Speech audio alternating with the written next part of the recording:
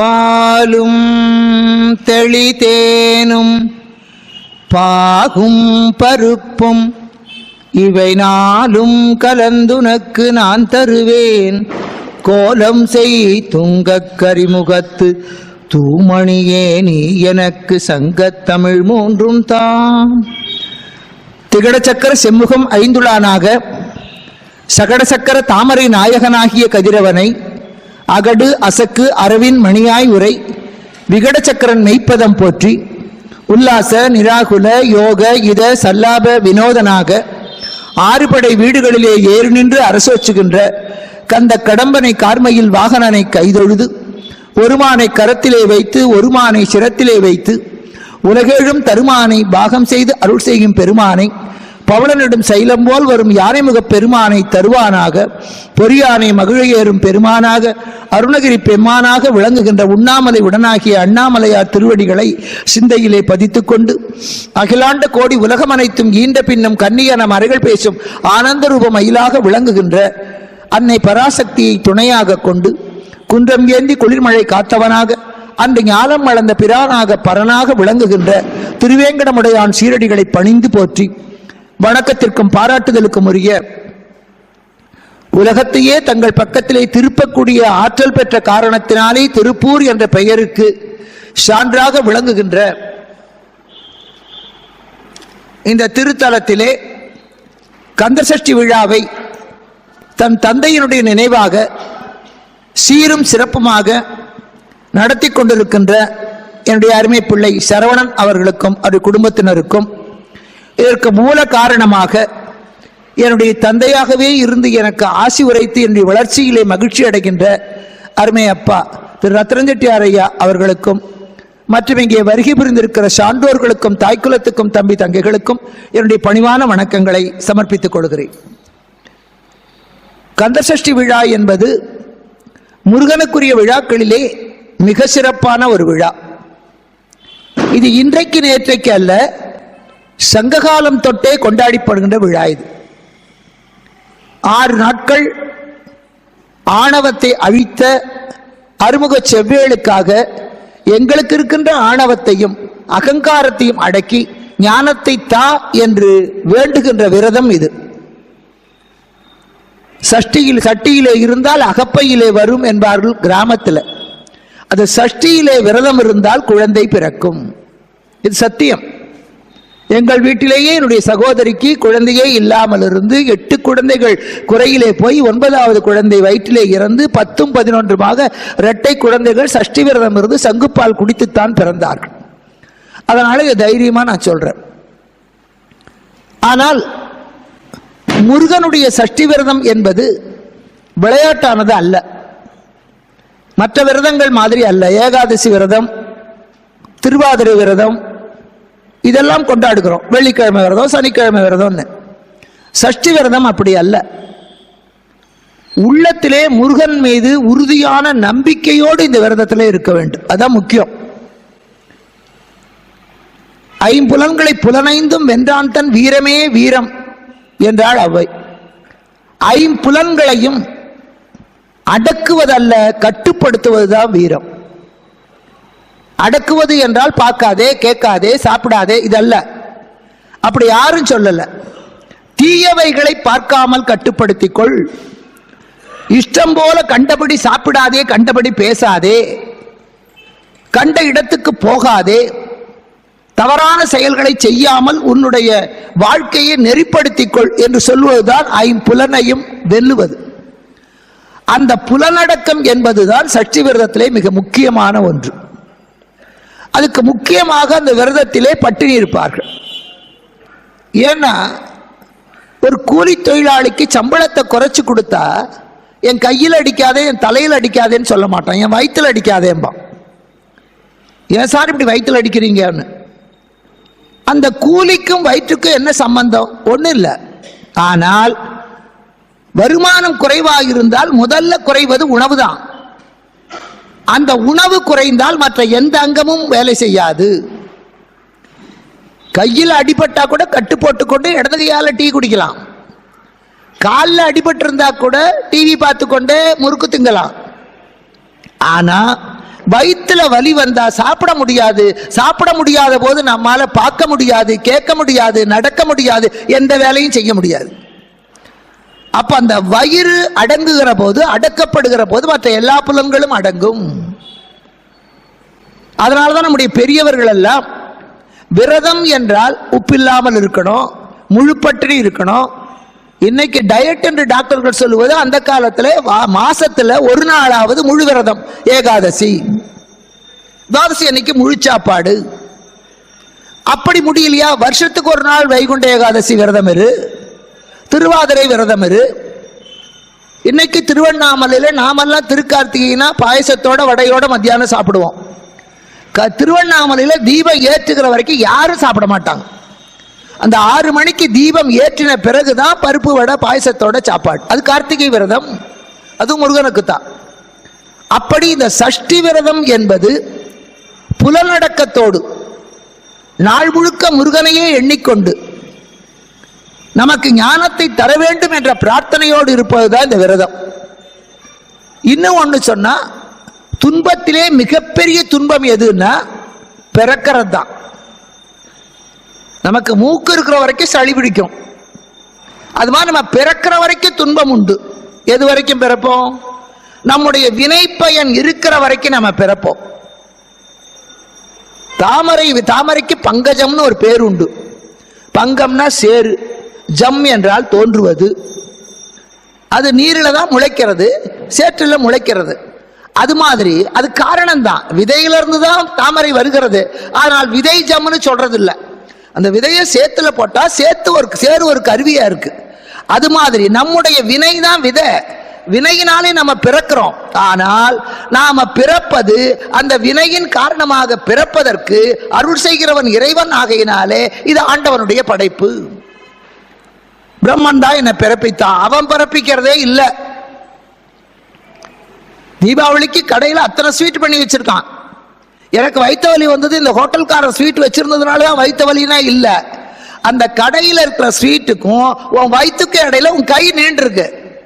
உன் கையால் அந்த ஸ்வீட்டை எடுத்து சாப்பிட்டதுனால தான் வலி வந்ததே தவிர ஹோட்டல்காரனால அல்ல. அதே மாதிரி நம்முடைய வினை பயனினாலே பிறவி, அந்த பிறவி அந்த வினைக்கு ஏற்றாற் போல தருவது இறைவன். பிரம்மன் என்பது சித்து, அது ஞானம். அந்த ஞானத்திலிருந்து வருவது, ஆப்பிள் மரத்திலிருந்து ஆப்பிள் தான் வரும், ஆப்பிள் விதையிலிருந்து. பாகக்காய் விதையிலிருந்து பாகக்காய் தான் வரும். அறிவுமயமான ஆண்டவனிடத்தில் இருந்து தோன்றுகிற அத்தனை பேர் அறிவுமயமா இருக்கணும் இல்ல. காரணம், அவன் பிறப்பிப்பதற்கு ஒரு கருவியாக இருக்கிறானே தவிர முழுக்க அவன் காரணம் அல்ல. ஆனால் நாம தான் பிறந்து பிறந்து இறக்கிறோம், இறைவனுக்கு இல்லை, பரபிரம்மத்துக்கு இல்லை. திருமால் 10 அவதாரம் பிறந்தார், ஆனால் சிவனுக்கு பிறப்பே இல்லை. உயர் சிவனுக்கு ஒன்றுமில்லை, உன் பிறப்போ 10 என் பிறப்போ எண்ண தொலையாது. காளமேக புலவர். அவன் பிறவா யாக்கை பெரியோன். அப்பா எப்படியோ அப்படித்தான் பிள்ளை. பிது சதகுணம் புத்ரா. அப்பாவோட குணத்துல 100 பங்கு பிள்ளைக்கு வரும். அப்போ சிவபெருமானுடைய மகனான முருகப்பெருமான் பிறக்கல. அதனால்தான் செம்மான் மகளை திருடும் திருடன் பெம்மான் முருகன் பிறவான் இரவான். அவன் பிறப்பும் கிடையாது, இறப்பும் கிடையாது. எப்படி சொல்றோம் கேட்டு பாருங்க. சங்கர ஜெயந்தி, கிருஷ்ண ஜெயந்தி, ராம நவமி, ராமானுஜ ஜெயந்தி, நரசிம்ம ஜெயந்தி, காந்தி ஜெயந்தி, எல்லாருக்கும் பிறந்த நாள் கொண்டாடுறோம். எந்த கோவில்லையாவது சிவன் ஜெயந்தி முருகன் ஜெயந்தின்னு கொண்டாடுறோமா? பிறந்தா தானே பிறந்த நாள். இது தோன்றினான், உதிப்பது தானே தவிர அவன் எல்லா இடத்திலையும் இருக்கான். நம்ம கண்ணுக்கு தெரிந்தது முருகனாக. அனாதியாய் பிரம்மமாய் பலவாய் ஒன்றாய் திரிந்த சக்தி. நம்ம பையனுக்கு கல்யாணம்னா ஒரு பொண்ணை பார்த்து பண்றோம். அந்த பொண்ணு இன்னைக்கு பிறக்கல. உங்க பையனுக்கு 25 வயசு, அந்த பொண்ணுக்கு 23 வயசு. அவன் 23 வயசுக்கே முன்னாடி பிறந்துட்டான். ஆனா உங்க கண்ணுக்கு இப்பதான் அவ தெரிஞ்சிருக்கா. நமக்கு தெரிந்ததுனால அவ இன்னைக்கு தான் பிறந்தான்னு அர்த்தம் இல்ல. அதே மாதிரி முருகன் என்பவன் அறுமுகத்தோடு 12 திருக்கரத்தோடு நாம் காணுவதற்கு தோன்றினானே தவிர அப்பத்தான் அவன் பிறக்கல. அனாதியாய் பலவாய் ஒன்றாய். ஒன்றே பலவாகும், பலனே ஒன்றாகும். இங்கே அப்படிப்பட்ட இந்த முருகப்பெருமானுடைய சஷ்டி விரதம் மிகச்சிறந்தது. மாதந்தோறும் கார்த்திகை விரதம் நன்றிக்காக. முருகனுடைய அவதாரமே நன்றியை கத்துக்கொள்ளத்தான். என் நன்றி கொன்றார்க்கும் உய்வுண்டாம் உய்வில்லை செய் நன்றி கொன்ற மகற்கு. எந்த பாவத்தை வேணாலும் செஞ்சாலும் ஒரு பரிகாரம் உண்டு. ஒரு பூனையை கொண்டுட்டா தங்கத்துல பூனை செஞ்சு தானம் பண்ணா அந்த பாவம் போகும். அப்பாவுக்கு சோறு போடலைன்னா வருஷந்தோறும் திவசம் செஞ்சு 4 ஏழைக்கு சாப்பாடு போட்டா அந்த பாவம் போகும்.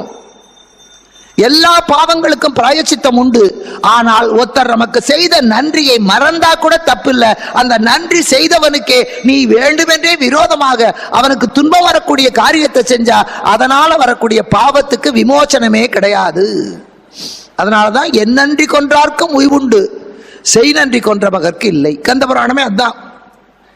ராவண மாதிரி சூரபத்ம பெண்ணாசையால அலையல, துரியோதன மாதிரி மண்ணாசையால அலையல, சகுனியை போல சதி பண்ணல.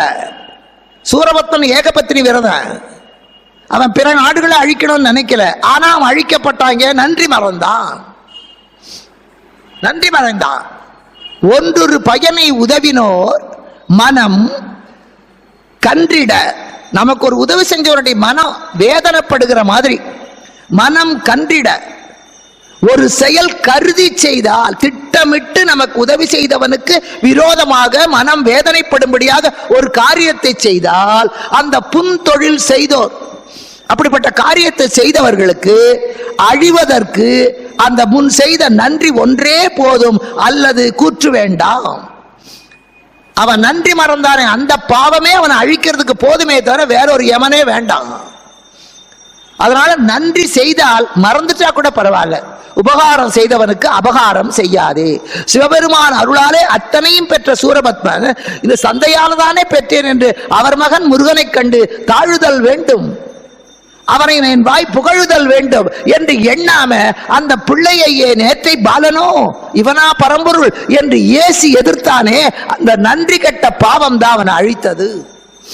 ஆனா யாருக்கு அழிக்கிற சக்தி? ஒழுக்கமுடைய புலாலே உண்ணாத ஒருத்தர் மேடையில வந்து உட்கார்ந்து புலால் உண்ணாதேன்னு சொல்லலாம்.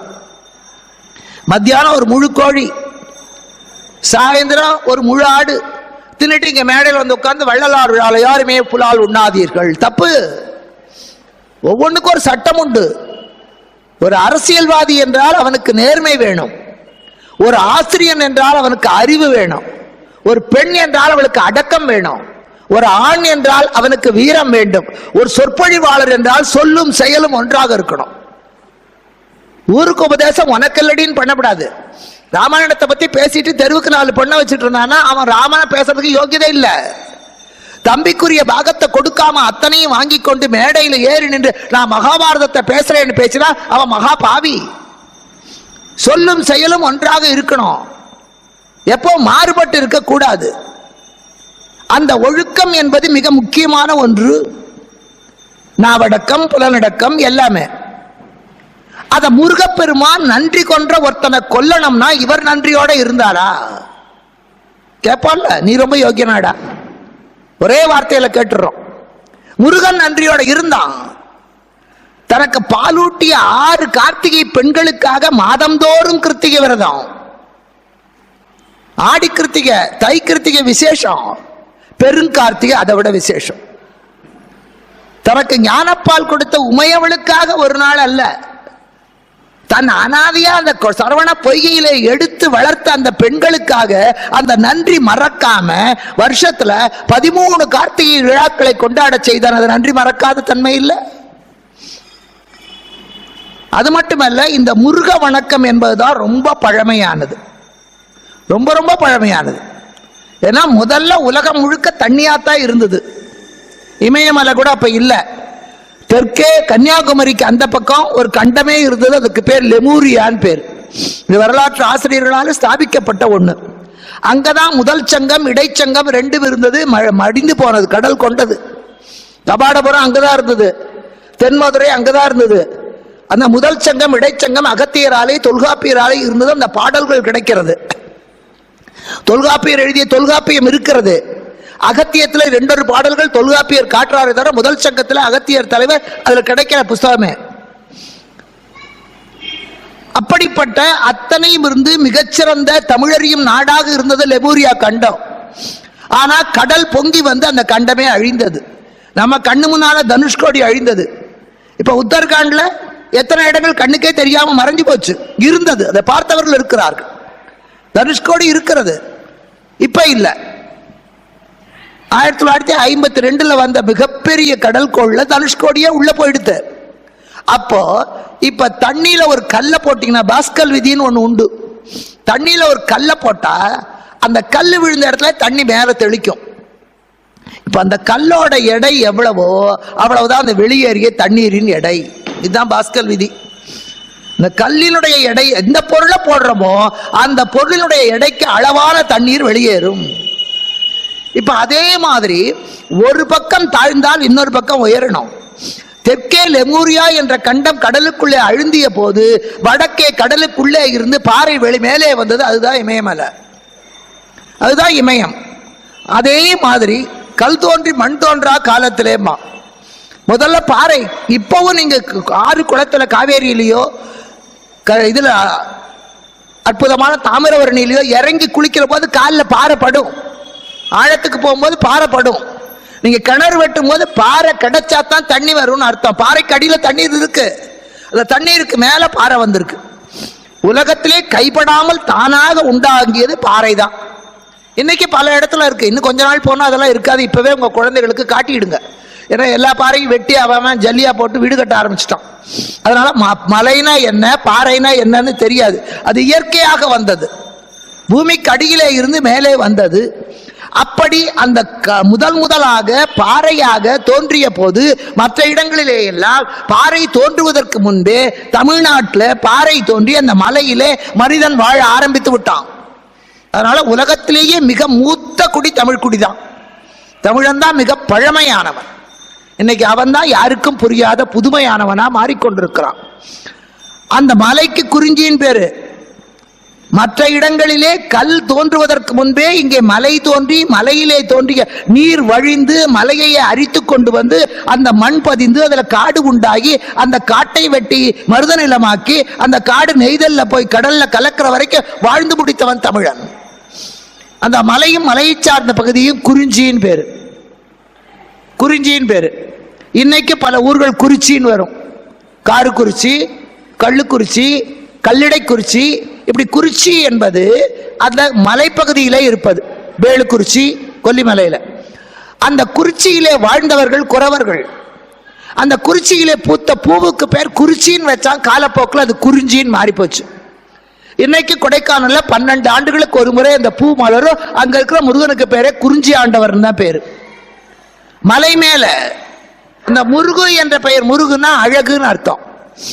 எப்பவுமே மேல இருந்து பார்க்கிற போதுதான் உலகத்தினுடைய அழகே தெரியும். இங்க இருந்து பார்க்கிற போது நெட்டை குட்டை கருப்பு சிவப்பு வேப்ப மரம் புளிய மரம் தெரியும். நீங்க ஒரு மலை மேல ஏறி பார்த்தா தெரியாது, மரம் தான் தெரியாது, புளிய மரமா வேப்ப மரமா தெரியாது. இன்னும் விமானத்திலிருந்து பார்க்கிற போது பச்சை தெரியும், நீலம் தெரியும். அது காடா அது செடியா தெரியாது, எல்லாம் சமமா தான் தெரியும். மேடு பள்ளம் தெரியாது.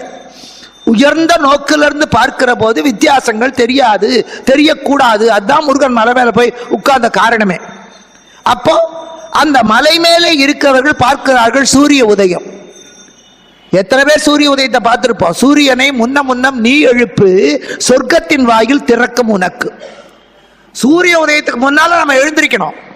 நாம எழுந்து சூரியனை எழுப்பணும். அப்பதான் வாழ்க்கை சுகமாக இருக்கும். சில பேர் சொல்லுவான், சூரிய வெளிச்சம் பட்ட உடனே நான் எழுந்திருந்துருவேன். பரவாயில்லையடாமா, அவன் வீட்டு ஜன்னல் மேற்க பார்த்து ஜன்னல். சாயந்தரம் அஸ்தமனத்தும் போது சூரியன் மேல படும். அது அல்ல. நீங்க வேணா பாருங்க, காலையில ஒரு 4-5 மணிக்கு எழுந்து, அதுக்காகத்தான் திருப்பாவையும் திருவம்பாவையும் பாடி கொடுத்த அழகே அதுதான். எழுந்து உங்க வீட்டு மொட்டை மாடியிலையோ அல்லது வாச திண்ணையிலையோ அல்லது நின்று கொண்டு பாருங்க. அந்த கீழ்வானம் முதல்ல கொஞ்சம் வெளுக்கும், அதுக்கப்புறம் செவக்கும், அதுக்கப்புறம் கொஞ்சம் கொஞ்சமா பொன்னொழி வரும். அதுல இருந்து சூரிய அந்த அழகை பார்த்தா தான் தெரியும். அதுதான் அழகு. சூரிய உதயமும் அழகு, அஸ்தமனமும் அழகு. இத மலை மேல இருந்தவன் பார்த்தான். கடல்ல இருந்து வர்ற மாதிரி தெரியும் சூரிய உதயம். அப்போ கன்னியாகுமரி போனீங்கன்னா சூரிய உதயமும் சூரிய அஸ்தமனமும் சந்திர உதயமும் ஒரே நேரத்தில் தெரியும். இந்த பக்கத்துல சூரியன் உள்ள போவான், அந்த பக்கம் சந்திரன் வருவான். அது அங்க மட்டும்தான் பார்க்க முடியும், கன்னியாகுமரியில. அப்போ அந்த சிவப்பை பார்க்கறான். அந்த சிவப்புல இருந்த அழகை பார்த்து அது செம்மையானது. செம்மையானதுன்னா சிறந்தது. செம்மை செய் என்று வந்தது. அது திரிந்து திரிந்து சேயின்னு வந்தது. முருகனுக்கு சேயின்னு ஒரு பேர் உண்டு. சேயோன் மேய மைவரை உலகம், இது தொல்காப்பியம். மலைக்கு தலைவன் முருகன். இன்னைக்கு மலை இருக்கு, குன்றிருக்கும் இடமெல்லாம் கோவில் கொண்டிருப்பான் முருகன். குன்றுதோறாடல் என்பதே அவனுடைய ஒரு படை வீடு. உங்களுக்கு சொல்லவே வேண்டாம். உங்க கோயம்புத்தூர் பக்கம் சிவன் மலை, சென்னி மலை, சக்தி மலை, எத்தனை மலை இருக்குங்க. அதனால அற்புதமா மலை இருக்கிற இடத்துல எல்லாம் அவன் கோயில் கொண்டிருப்பான். அதை பார்த்து சேய் என்றான். அந்த செக்க சிவந்த நிறத்தை அவன் முருகனாக, முருகுன்னா அழகு, தமிழ்ல முருகு என்றால் அழகுன்னு அர்த்தம். அந்த வார்த்தைக்கு அழகு, இளமை, தலைமை, தெய்வத்தன்மை, இத்தனையும் அந்த வார்த்தைக்கு. ஒரு வார்த்தைக்கு இத்தனை இருக்கு. அது அத்தனைக்கு முருகனுக்கு. மூவா இளநலம் காட்டி என்றும் இளையோய் தேவாதி தேவதேவ பெருமாளே. அவன் இளையவன், அழகானவன், அவன் தான் தெய்வத்தன்மை உரியவன், தலைவன். இத்தனையும் முருகு என்ற வார்த்தைக்கு தான். இன்னொன்னு அகர உகர மகர, மகரம் சேர்ந்தாத்தான் ஓம் என்ற பிரணவம். அதுதான் மூல காரணம். கடல்ல ஓசை ஓம் சத்தம் கேட்கும். சங்கெடுத்து காதுல வச்சா ஓம்னு கேட்கும். சவுக்கு மரத்துக்குள்ள காத்தடிக்கும் போது ஓம்னு வரும். 10 பேர் சேர்ந்து கத்தி புரியாம இருந்தா ஏண்டா ஓன்னு கத்துறீங்க. அந்த ஓம் என்றதுதான் முதல் சத்தமே. ஓரெழுத்தில் 3 எழுத்தை ஓதுவித்தவனே அருணகிரிநாதர் பாடுவார். அந்த ஓம் அது அகரம் உகரம் மகரம் சேர்ந்தது தான். இதுல அகரம் என்பது பிரம்மாவை குறிக்கும், படைப்பது. உகரம் என்பது காப்பது, விஷ்ணு. 3வது மகரம் என்பது சம்ஹாரம். சம்ஹாரம்னா அழிப்பதுன்னு அர்த்தம் இல்லை. நாம நினைக்கிறோம் சிவபெருமான் அழிச்சிரும். அழிப்பது அல்ல, ஒடுக்குவது. உதாரணம் சொல்றாங்க. வீட்டுல காலையில சமைக்கிறா, இது படைப்பது, உண்டாக்குவது. உங்களுக்கு சாப்பாடு பரிமாறுறா, இது காப்பாற்றுவது. தீந்து போன அந்த பாத்திரத்தை எல்லாம் கழுவி வைக்கிறா, இது சம்ஹாரம். அவ்வளவுதான். அழிப்பது நல்ல, ஒடுக்குவது. எல்லா சக்தியையும் தனக்குள்ளே ஒடுக்குவது சிவம். இப்ப அந்த அகர உகரத்துல உகரம் என்பது காப்பாற்றுவது. முன்னெல்லாம் எழுதினா, கடிதம் எழுதினா ஒரு சுழி போடுவாங்க, ஒரு வட்டம் போட்டு ஒரு கோடு. ஊ இல்ல, ஊர்னா இப்படி வரணும், அதுக்கு கழுத்து இருக்கும். இதுக்கு ஒரு வட்டம் போட்டு இப்படி. அதுதான் அதுக்கு பேரே பேசா எழுத்துன்னு பேரு. பெண் பிரணவம் அப்படின்னு பேரு. பேசா எழுத்து, காப்பாற்றணும். இப்பெல்லாம் யாரும் பிள்ளையார் சுழியே போடுறது இல்லை. அவன் தலைச்சுழியே சரியா இல்லை, அவன் எங்கிறது பிள்ளையார் சுழி போடுவான். அதனால பிள்ளையார் சுழியே போடுறது இல்லை. முன்னெல்லாம் எதை எழுதினாலும் ஒரு பிள்ளையார் சுழி போட்டு தான் எழுதுவாங்க. அப்போ அந்த உகரம் என்பது காப்பாற்றுவது. அதனாலதான் நீங்க தெய்வ நலம் கமழ்கிற பாடல்களுக்கு ஆண்டவன் அடியெடுத்து கொடுத்ததெல்லாம் பாருங்க, ஊன் தான் வரும். உலகம் யாவையும் தாமுள்ள வாக்கலும் நிலைபெறுத்தலும் நீக்கலும் அழகிலா விளையாட்டு உடையார் அவர் தலைவர் அன்னவர்க்கே சரண். இது கம்பராமாயணம். ஊதான் முதல் எழுத்து. சேக்கிழாருக்கு எடுத்து கொடுக்கிறார்.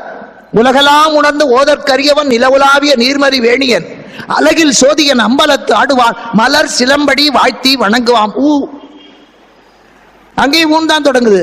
அப்ப அந்த உகரம் என்பது திருமுருகாற்றுப்படையை பாடி வந்த நக்கீரர் தொடங்கி உலகம் ஓப்ப ஊதா தொடங்குவார்.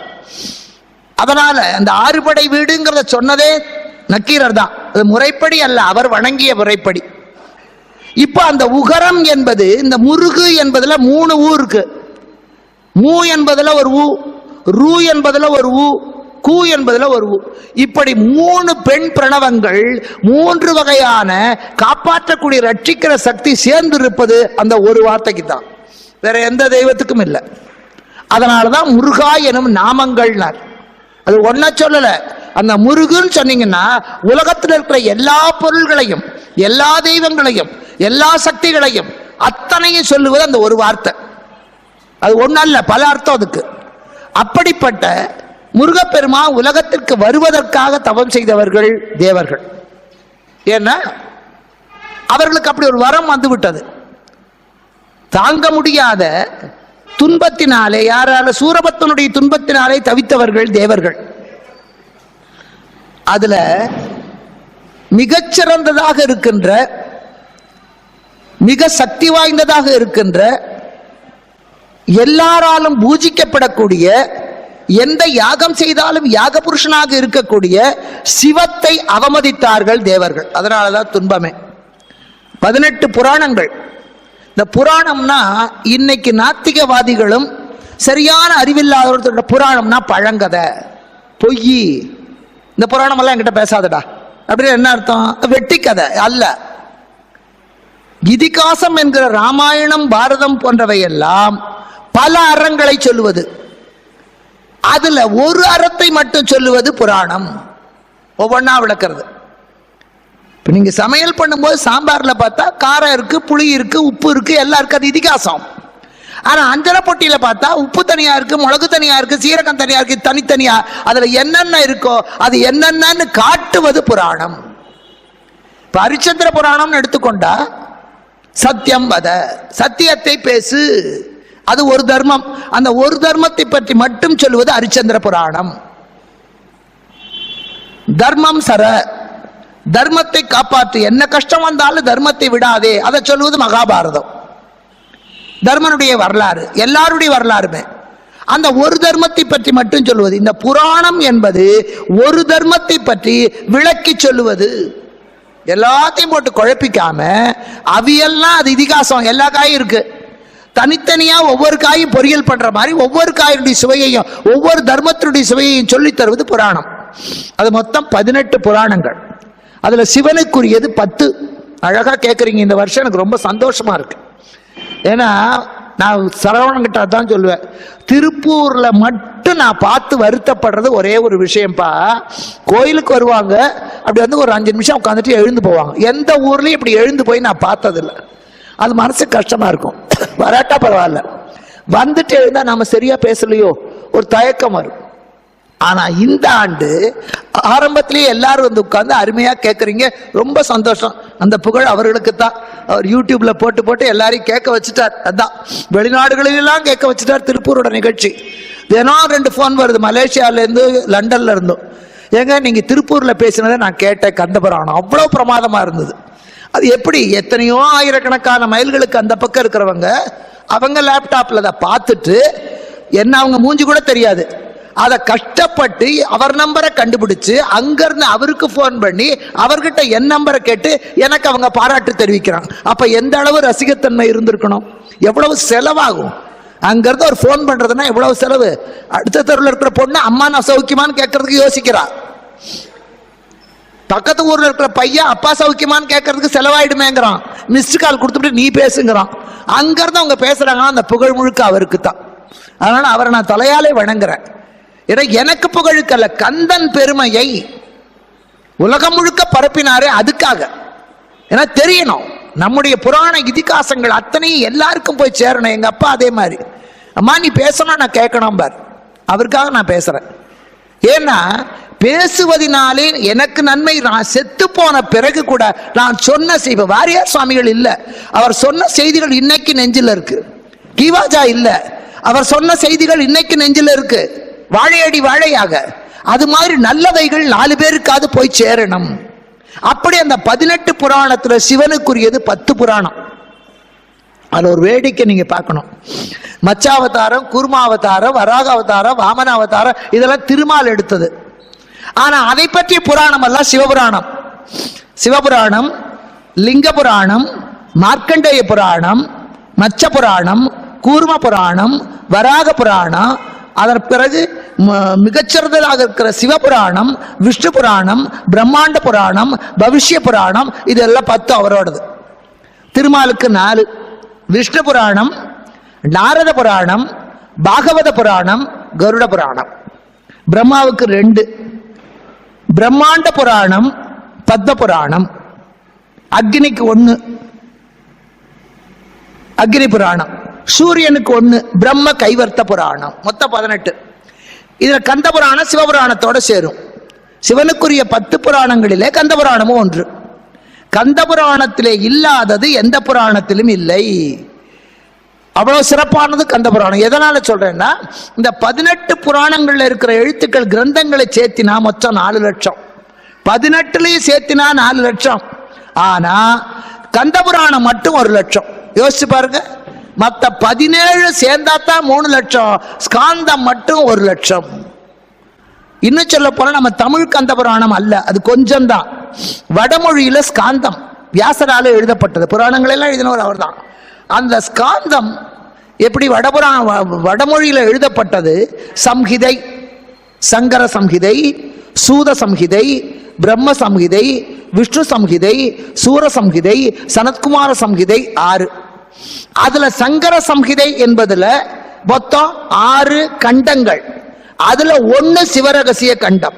அந்த ஒரு கண்டத்தை தான் காஞ்சிபுரத்திலே தோன்றிய கச்சியப்ப சிவாச்சாரியார் 6 காண்டங்களாக, சம்பவ காண்டம், அசுர காண்டம், மகேந்திர காண்டம், யுத்த காண்டம், தேவகாண்டம், தக்க காண்டம், எப்படி மொத்தம் 6 சம்ஹிதை. அதுல 1 சங்கர சம்ஹிதை. அதுல மொத்தம் 6 கண்டங்கள். அதுல 1 சிவரகசிய கண்டம். அந்த ஒரு கண்டத்துல எடுத்துதான் 6. அப்ப அத மொத்தத்துல இவ்வளவுதான் கந்தபுராணத்துல வந்திருக்கு. வடமொழியில தான் அத்தனையும் இருக்கு. ஸ்காந்தத்துல இல்லாதது எதுலையுமே இல்ல. முருகனுடைய புராணம் தான் மிகப்பெரிய புராணம், அதுல இல்லாததே இல்ல. பல தமிழ் சொற்கள் இந்த கந்தபுராணத்துல வந்தது. காஞ்சிபுரத்தில் வாழ்ந்தவர் கச்சியப்பர், காலத்தியப்ப சிவாச்சாரியார் என்பவருக்கு மகன். இன்னும் ஒரு விசேஷம் என்னன்னா, கம்பர் ராமாயணத்தை எழுதினார், வில்லிபுத்தூரார் தமிழ்ல பாரதத்தை எழுதினார், பெரிய புராணத்தை சேக்கிழார் எழுதினார். இதற்கெல்லாம் இல்லாத ஒரு பெருமை கந்தபுராணத்துக்கு என்னன்னா, கம்பருக்கோ வில்லிக்கோ சேக்கிழாருக்கோ வேதத்திலே பரிச்சயம் இல்லை. அவர்கள் வேதம் படித்தவர்கள் அல்ல, வேதம் தெரியாது, சாஸ்திரம் தெரியாது. ஆனால் கந்தபுராணத்தை எழுதிய கச்சியப்பர் வேதங்கள், 4 வேதங்கள், 6 அங்கங்கள், 18 வருஷங்கள் அத்தனையும் படித்து கரைத்து குடித்து எழுதியவர். அதனால அதை காட்டுறதுக்கு உயர்வு. இன்னொன்னு, அதை எழுத சொன்னதே முருகன் தான், அப்பாவுக்கு பிள்ளை தப்பாம. மாணிக்க வாசகர் எழுதினது திருவாசகம். இன்னைக்கு நீங்க பார்த்தா தேவாரத்துக்கு உரை இருக்கு, பெரிய புராணத்துக்கு நிறைய உரை இருக்கு, கம்பராமாயணத்துக்கு கேட்கவே வேண்டாம், போனவங்க வந்தவங்க எல்லாரும் எழுதியிருக்காங்க. பாரதத்துக்கு ஓரளவு உரை இருக்கு, திருவாசகத்துக்கு உரை இல்லை. திருவாசகத்துக்கு ஏதோ அங்கங்க ஒரு அருஞ்சொல் பொருள் தான் இருக்குமே தவிர, திருவாசகத்தை நீங்க அப்படியே தான் படிக்கணுமே தவிர அதுக்கு அர்த்தம் தெரிஞ்சு படிக்க முடியாது. திருவாசகத்துக்கு உருகார், ஒரு வாசகத்துக்கும் உருகாதார், அதுக்கு அர்த்தம் இல்லை. அவர்கிட்டயே கேட்கிறாங்க எல்லாரும் மாணிக்க வாசகர்கிட்ட, ஐயா இந்த திருவாசகத்துக்கு பொருள் என்ன? தில்லை சிற்றம்பலம் பஞ்சாட்சரப்படி 5 மேல நடராஜா, இவர் என்ன பண்ணார்? திருவாசகத்துக்கு பொருள் என்னன்னு கேட்டா, அந்த தில்லை அம்பலத்திலே கால் தூக்கி ஆடுகிறாரே அவன்தான் பொருள் என்று ஜோதியில கலந்துட்டார். அது மட்டுமல்ல, ஒவ்வொரு நாளும் மாணிக்க வாசகர் அந்த திருவாசகத்துல எழுதி ஒரு 100 பாட்டு, ஒரு 50 பாட்டு எழுதி அந்த பஞ்சாட்சரப்படியில வச்சுட்டு போயிடுவார். அது கடைசியில திருச்சிற்றம்பலமுடையான் எழுத்து என்று சிவபெருமானே இதை எழுதி கொண்டார். ஏன்னா பாடினவன் செத்து போயிடுவான், பாடப்பட்டது என்ன பத்தி. இப்ப என்ன ஒருத்தர் புகழ்ந்து சொல்றாங்கன்னா அது நிக்காது. சார் இதை எழுதி ஃப்ரேம் போட்டு கொடுங்க சார், என் வீட்டில் மாட்டிக்கிறேன், புகழுக்கு ஆசைப்பட்டு. சிவபெருமான் பார்க்கிறார், மாணிக்க வாசகர் இருக்க மாட்டார், ஆனால் அவர் எழுதிய திருவாசகம் இருக்க வேண்டும் என்று சிவபெருமானே எழுதி கொண்டு திருச்சிற்றம்பலமுடையான் எழுத்து, அந்த கையெழுத்தோடு இருக்கிற ஓலை இன்றைக்கும் பாண்டிச்சேரியில் இருக்கு, இன்னைக்கு இருக்கு அந்த கையெழுத்தோட. அது யாருன்னு எந்த ஆராய்ச்சியாளராலையும் கண்டுபிடிக்க முடியல. இங்க அதே மாதிரி முருகப்பெருமான் பாடு, என் சரித்திரத்தை பாடு. ஐயா எனக்கு ஒண்ணுமே தெரியாதே, என்ன போய் பாட சொல்றீங்களே, எனக்கு என்ன தெரியும்? கச்சியப்பர் எப்பவுமே ரொம்ப தெரிஞ்சவங்க தெரிஞ்சதுன்னு சொல்ல மாட்டாங்க, குறை குடம் தான் கூத்தாடு. எனக்கு ஒன்றும் தெரியாதே, நீங்க எழுது. எப்படிப்பா ஆரம்பிப்பேன்? நீங்க இந்த பரீட்சைக்கு போற போது நீங்க எல்லாருமே படிச்சவங்க தான், மனப்பாடம் பண்ணுவீங்க. அது கட்டுரையோ பொயட்ரியோ எதுவானாலும் கேள்விக்கு விடையோ. இந்த முதல் வார்த்தை சட்டுன்னு ஞாபகம் வராது. ஹாலில் போய் உட்காந்து கொஸ்டின் பேப்பரை வாங்கினா நமக்கு விட தெரியும், ஆனா அந்த ஆரம்பிக்கிற வார்த்தை மறந்து போயிடும், குழந்தைங்க தவிக்கும், வேத்து விறுவிறுத்து போயிடும். அதனால சில பையன் என்ன பண்ணுவான், நல்லா படிச்சிருப்பான், அந்த முதல் வார்த்தைய, அந்த பொயட்ரியோட முதல் வார்த்தையோ அல்லது அந்த காம்போசிஷனோட முதல் வார்த்தையோ கையில் எழுதிட்டு வருவான். அதை மட்டும், அதை மற்றதெல்லாம் நல்லா படிச்சிருப்பான். இது காப்பி அடிக்கிறதுன்னு அர்த்தம் இல்லை, அது கற்றது கையளவு. அவன் படிச்சதை கையில் எழுதிட்டு வருவான். சில பேர் படிச்சுக்கிட்டே வரமாட்டான், அவன் புஸ்தகத்தையே கிழிச்சு இடுப்பு வரைக்கும் சுத்திட்டு வருவான். கல்லாதது இடுப்பளவு, கற்றது கையளவு எழுதினாலே போறோம். அதனால இங்கேயும் அந்த படித்ததை முதல்து மட்டும் ஞாபகம் வரணும். நீ ஆரம்பிச்சு குடியா, நான் தொடங்கிடுறேன். பல பேருக்கு அந்த ஆரம்பத்தில் ஒரு பயம் இருக்கும். எதுவுமே நீங்க தொடங்கி கொடுங்க, நான் பண்றேன், நீங்க ஆரம்பிச்சு வைங்க, நான் பேசுறேன்பாங்க. அதை ஆரம்பித்து கொடு. முருகப்பெருமானே அடி எடுத்து கொடுக்கிறார். திகட சக்கரை இவர் கிடுக்கிட்டு வந்துருது. ஆண்டவன் அருள் இருந்தா எதுதான் நடக்காது? நான் பாடறியேன் படிப்பறியேன் நீ கவலையே பட வேண்டாம். ஆண்டவனுடைய அருள் இருந்தால் மாடு மேய்த்த ஒரு புலவு சாதாரண ஆள் மிகப்பெரிய காளிதாசனானா. சாதாரண சமையல்காரனாக ஸ்ரீரங்கத்தில் இருந்த ஒருவர் மிகப்பெரிய கவி காளமேகமானார். ஆண்டவனுடைய பார்வை நம்ம மேல பட்டா மிக அற்புதம். ஒரு உதாரணம் சொல்றேன். நாமக்கல்ல கம்பன் விழா. நான் சொல்றது ஒரு கிட்டத்தட்ட ஒரு 50 வருஷத்துக்கு முன்னாடி பேச ஆரம்பிச்ச காலம். பெரிய பெரிய ஜாம்பவான்கள் எல்லாம் இப்ப பேசுவார்கள். கம்பன் அடிப்படி, கிவாஜா, எல்லாரும். கவியரங்கம். கவியரங்கத்தில் அப்துல் ரஹ்மான், மாவே பசுபதி, பெரிய பெரிய கவிஞர்கள். என்னோட ஊர் நாமக்கல். நான் அதில் பட்டிமன்றத்தில் கலந்தேன். கேட்க போய் உட்கார்ந்துருந்தேன். அப்ப என்ன ஆச்சு, அதுல சிவனடி, பெரிய சிவனடியான், இன்னமும் அவர் இருக்கார். பெரிய சிவனடியான் ஒரு மிகப்பெரிய கவிஞர். அவர் வரல. உடனே எஸ்கே ராமராஜன் ஒருத்தர் இருந்தார், மிகச்சிறந்த அறிவாளி. ஆனா அவரால் பேச முடியாது. அவர் பேசினா அந்த சபைக்கு ஏற்றாற் போல பேச முடியாது. ஆனா அவர் படிக்காத நூல் கிடையாது. மிகப்பெரிய அறிஞர் அவர். அவர் உடனே நாமக்கல் பக்கத்துல பரமத்தி வேலூர்ல தமிழாசிரியராக இருந்தார். அவர் தான் பல புத்தகங்களை எனக்கு வாங்கி கொடுத்தார். அப்ப அவர் சொன்னாரு, ருக்மணி நீ பாடு. அது என்னன்னா, கம்பனை பாட்டுடை தலைவனாக வைத்து குறவஞ்சி, தூது, பிள்ளைத்தமிழ் இப்படி பாடணும். இப்ப மாதிரி வாசல்ல இருக்கிற திண்ண, தம்பிக்கு மூத்தவன், அண்ணன், இதெல்லாம் இல்ல கவி. மரபு கவிதை. இலக்கணமும் மாறக்கூடாது. அந்த குறவஞ்சி இலக்கணம் எப்படியோ அப்படி பாடு, தூது இலக்கணம் எப்படியோ அப்படி. இந்த குறவஞ்சி பாடுற, குறவஞ்சி தான் ரொம்ப கஷ்டமானது தமிழ்ல பாடுறதே. சந்தங்கள் மாறி மாறி வரும். நீ தான் நாளைக்கு பாடுறேன்ட்டார். நான் அது வரைக்கும் கவியரங்க கலந்ததே இல்லை. எங்க வீட்டுல இருந்து 3 தவறு தள்ளினா நாமக்கல் ஆஞ்சநேயர் விஸ்வரூபம். அவர் காலடியில் தான் வளர்ந்தேன். போய் உட்காந்து நானும் பேப்பரையும் எடுத்து எடுத்து எழுதி எழுதி பார்க்கிறேன். ஒரு வார்த்தை கூட சத்தியமா வரல. ஈஸ்வரன் கோயில் பொய் சொல்லக்கூடாது. விடிய காலம் 4 மணி. ஐயோ, தெரியாதுன்னு சொல்றத நான் பெரிய அவமானமா நினைப்பேன். எதையும் என்னால தெரியாது முடியாதுன்னு சொல்ல மாட்டேன். எப்படியாவது அதை கத்துக்கிட்டு செஞ்சே ஆகணும். ஐயோ, நான் எப்படி நாளை காலையில போய், நான் எங்க ஊராச்சு, இவ்வளவுதானா உன் தமிழறிவுன்னு கேட்டா என்ன பண்ணுவேன்? அழுதேன். வாசல்ல வந்து பார்த்தா ஆஞ்சநேயர் தெரிவார். வந்து ஒரு கும்பிடு போட்டுட்டு உள்ள போய் உட்கார்ந்தேன். அப்பா, இந்த புகழோ இகழோ ஒன்ன சேர்ந்தது. போய் உட்கார்ந்து சத்தியம் சொல்றேன், முருகன் சன்னதியில பேனாவை எடுத்தவ காத்தால 6 மணிக்குள்ள கிட்டத்தட்ட 15 பக்கம் அந்த குறவஞ்சி இலக்கணம் மாறாம அத்தனை பாட்டை எழுதினேன். இன்னைக்கு நாமக்கல் குறத்தியமா. அதுக்கப்புறம் ரேடியோ ஸ்டேஷன்ல அதை ஒலிபரப்பி எத்தனை இடத்துல. இன்னைக்கு சொல்ற அது நான் எழுதினது அல்ல. ஒரு இடத்துல இலக்கண பிழை வரல. நான் பார்க்கவே இல்லை. 4 மணிக்கு உட்கார்ந்தவா 6 மணி வரைக்கும். அவ்வளவு பெரிய மகாமேதை இல்லை. காரணம் என்ன? இறைவனுடைய அருள் நம்ம விரலுக்குள்ள வறுமை ஆனால், நம்ம நாவிலே வறுமை ஆனால், நமக்கு தெரியாத வித்தை இல்லை, கல்லாத கல்வி இல்லை. அதனால கடவுள்கிட்ட புத்தியை கொடுன்னு கேட்கணும், ஞானத்தை கொடுன்னு கேட்டா அதை அவன் கொடுத்துட்டா மீதி எல்லாம் தானா வரும். நாம அதைத்தான் கேட்கறது இல்லை. காசை கொடு, நல்ல பொண்டாட்டி கொடு, குழந்தைய கொடு, எனக்கு சொந்த வீடு கொடு, வெளிநாடு போறதுக்கு வாய்ப்பு கொடு, பெரிய அரசியல் தலை, இதைத்தான் கேட்கிறமே தவிர அஸ்திவாரத்தை கேட்காம கட்டடம் கட்டுற வேற எதையும் கேட்காத. ஆண்டவா எனக்கு புத்தியை கொடு போதும். அந்த ஒரே ஒரு பிரார்த்தனை தான். வேற எதையும் கேட்க கூடாது. புத்தியை கொடு. அந்த புத்தி ஒண்ணு கிடைச்சா எல்லா சக்தியும் நமக்கு தானா வரும். முடிவுல முக்தியும் வரும். அதை கேட்கணும். போய் நின்னா எனக்கு நல்ல புத்தியை கொடு, அதை சேர்த்திக்கணும். வெறும் புத்தினா கெட்ட புத்தின்னு ஒண்ணு இருக்கு, கார் அறிவுன்னு. ஜன்னல் வச்சு கட்டுறானே அது நல்ல அறிவு. அந்த ஜன்னலை எப்படி பேக்கிறதுன்னு கத்துக்கிட்டு வரான திருட, அதுவும் அறிவு தானே, அது கார் அறிவு. நல்ல புத்தியை கொடு போதும். உங்க குழந்தைக்கு சொல்லிக் கொடுங்க. காத்தாலையும் சாயந்தரமும் அல்லது கோயிலுக்கு வந்தாலும், சாமி எனக்கு நல்ல புத்தி கொடுன்னு வேண்டிக்கடா. வேற ஒன்றும் கேட்க சொல்லாதீங்க.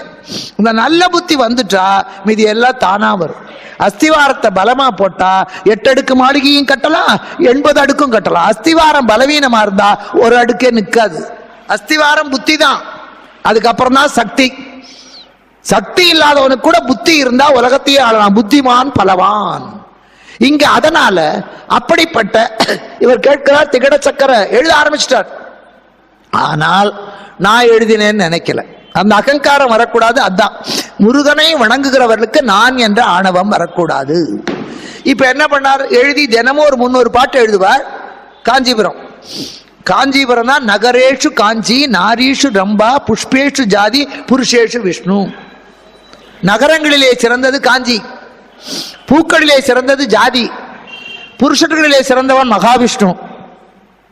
நகரேஷு காஞ்சி, நாரீஷு ரம்பா, புஷ்பேஷு ஜாதி, புருஷேஷு விஷ்ணு. பூக்களிலே ஜாதி, பெண்களிலே ரம்பை, இது சிறந்தது. தரையிடம் கொள்ளும் விரையிடம் கொள்ளும் போதினில் மிக்க பங்கையம் போல் தரையிடங்களில் சிறந்த காஞ்சியம் தலம் போல் வரையிடங்களில் சிறந்தது தணிகை மால்வரையே. இது கந்தபுராணம். காஞ்சி நகரேஷு காஞ்சி, காஞ்சி மிகச்சிறந்தது. ஏன்னா அங்கதான் 6 இருக்கு, எல்லா தெய்வங்களும்.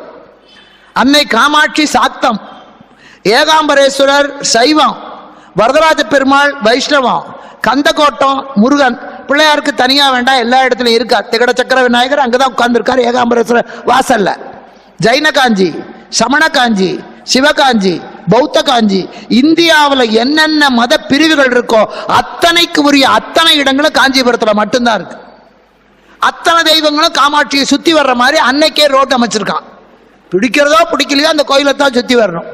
அப்பேற்பட்ட அந்த காஞ்சிபுரத்தில் காமாட்சிக்கும் ஏகாம்பரேஸ்வருக்கும் நடுவில் முருகன் கோவில். இதை சோமாஸ்கந்தர்மம். சிவன் கோயில் எல்லாம் தேர்ல வரணும்னா சோமாஸ்கந்தர் தான் வருவார் ஏறி.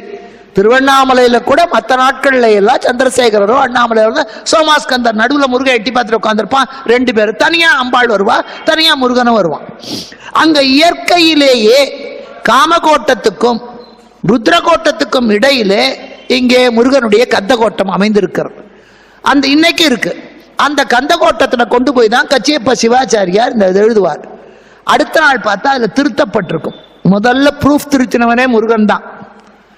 ப்ரூஃப் திருத்தி கொடுத்தவன் அவன் தான். பிழை திருத்தம் இருக்கும். ஏன்னா நம்முடைய பிழையெல்லாம் திருத்துபவன் அவன் தான்.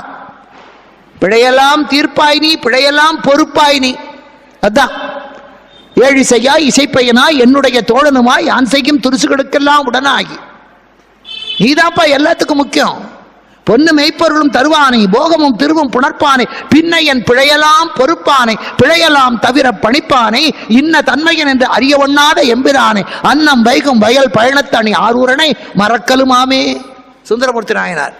நம்ம பிழையை தவிர்க்கிறவன் வந்தான், அந்த பிழையை போக்குறவனும் வந்தான். திருத்தி வச்சிருப்பார். இவர் எழுதியாச்சு, கந்தபுராணம் முடிச்சாச்சு. அப்பெல்லாம் அதை அங்கீகரிக்கணும். இப்ப கூட ஒரு புஸ்தகம் எழுதி நம்ம வீட்டிலேயே வச்சு பிரயோஜனம், அதை வெளியிடணும். அதை வெளியிட்டு 4 பேர் மதிப்புரை அணிந்துரை எல்லாம் எழுதி தரணும். இப்ப இவர் வெளியிடணும். வெளியிட்டா ஒத்துக்கல மற்றவங்க எல்லாம். ஏன்னா முதல் தொடக்கமே திகட சக்கர செம்முகம் ஐந்துளான். நான் பாடின பிள்ளையார் பாட்டு. திகட சக்கர செம்முகம் ஐந்துளான் அகடு அசக்க அரவின் மணியாய் உரை விகட சக்கரன் சகட சக்கர தாமரை நாயகனாகிய தாமரைக்கு கணவனாக தாமரையை மலர் வைக்கிற சூரியனே விநாயகர் இடுப்புல கட்டி இருக்கிற அந்த பெல்ட் மாதிரி இருக்கிற நாகப்பாம்போட தலை உச்சியில் இருக்கிற மாணிக்கமா சூரியனே உட்கார்ந்து இருக்கான். இதை எழுதி கொடுத்தது. இந்த வரி இவர் முதல் வரி முருகனோடது. அந்த புலவர்கள் எப்பவுமே இந்த ஒரு தமிழ் புலவன் இன்னொரு தமிழ் புலவனை ஒத்துக்க மாட்டான். அவனுக்கு அது என்னமோ ஒரு வியாதி, ஒத்துக்க மாட்டான். ஒரு பள்ளிக்கூடத்தில் 4 தமிழாசிரியர்கள் இருந்தா ஒன்னு பிடிக்காது. இங்க அதனால இந்த திகட சக்கர என்று ஆரம்பித்த உடனே நிறுத்துங்கன்ட்டான். தமிழ் இலக்கணத்துல இப்படி ஒரு விதி இல்ல. எது எது எப்படி சேரணும்னு இருக்கு. இந்த நாள் இந்நாள் சேரலாம். இங்க திகழ் தசக்கரம், திகழ் தசக்கரம் என்றது திகட சக்கரம்னு சேர்றதுக்கு விதி கிடையாது. நன்னூல்லையும் இல்ல, தொல்காப்பியத்திலையும் இல்ல. வடயத்தினுடான்னா அதுல இருக்க தொலைவா ஒன்னு என்ன சொன்னான், அந்த பாட்டினுடைய பொருளை பார்க்கணுமே தவிர எழுத்த பார்க்கற தப்பு சொன்னான். இவர் முழிக்கிறார். ஐயா இது என்னோடது இல்ல, இது முருகனே அடியெடுத்து கொடுத்தது. அவன் தப்பு பண்ணுவானா? நாங்க ஒத்துக்க மாட்டோம். நீங்க இதுக்கு விளக்கம் சொன்னால்தான் அடுத்த வரி பாடணும்ட்டாங்க. கம்பருக்கும் அந்த பிரச்சனை வந்தது, இவருக்கும் வந்தது, திருவள்ளுவருக்கும் வந்தது. போயிட்டார். முருகா நீ அடியெடுத்து கொடுத்த, எனக்கு தெரியலையே இந்த விதி. திகழ் கூட்டல் தசம், இது திகட சக்கரம்னு வராது. எப்படி வரும்? இழும் ஆவு சேர்ந்தா டான் வராது. முருகன் கனவுல சொன்னான், கவலைப்படாதே, சோழ நாட்டில் ஒரு இலக்கண புஸ்தகம் இருக்கு, அதுக்கு வீர சோழியம்னு பேரு. நாளைக்கு சபையில போய் வீர சோழியத்துல 108ஆம் பக்கத்துல திகழ் கூட்டல் தசம் என்பது திகட சக்கரம் என்று வருவதற்கு விதி இருக்குன்னு போய் சொல்லு, நான் சொல்றேன். அடுத்த நாள் சபைக்கு வந்தார். இந்த புஸ்தகம் எங்கன்னு கேட்கிறான். புஸ்தகத்தை காட்டணுமே. ஒருத்தர் மேடையில பேசும்போது சொன்னார், இத்தனாவது பக்கத்துல கம்பர் இப்படி எழுதி இருக்கிறார். இவர் உடனே மறுக்க, அது இல்லவே இல்லை. இவர் உடனே அப்படி ஒரு பக்கமே இல்லை. இவர் நான் படிக்கும் போது இருந்தது, அவர் பக்கத்தை கிழிச்சு விட்டார். இது ஒரு இதுக்காக சொல்ல வேண்டியது. இப்ப சொல்ற அந்த புஸ்தகம் எங்க? முருகனே வந்தான்.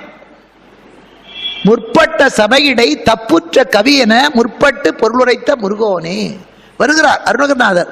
தானே முருகனே வருகிறார். பார் வீரசோழியைதா இதுல பார் இத்தனாவது பக்கத்துல திகழ் கூட்டல் தசம் என்பது திகட சமயம் வந்திருக்கிறதா இல்லையா? ஒத்துக்கொண்டார்கள் அத்தனை பேர்.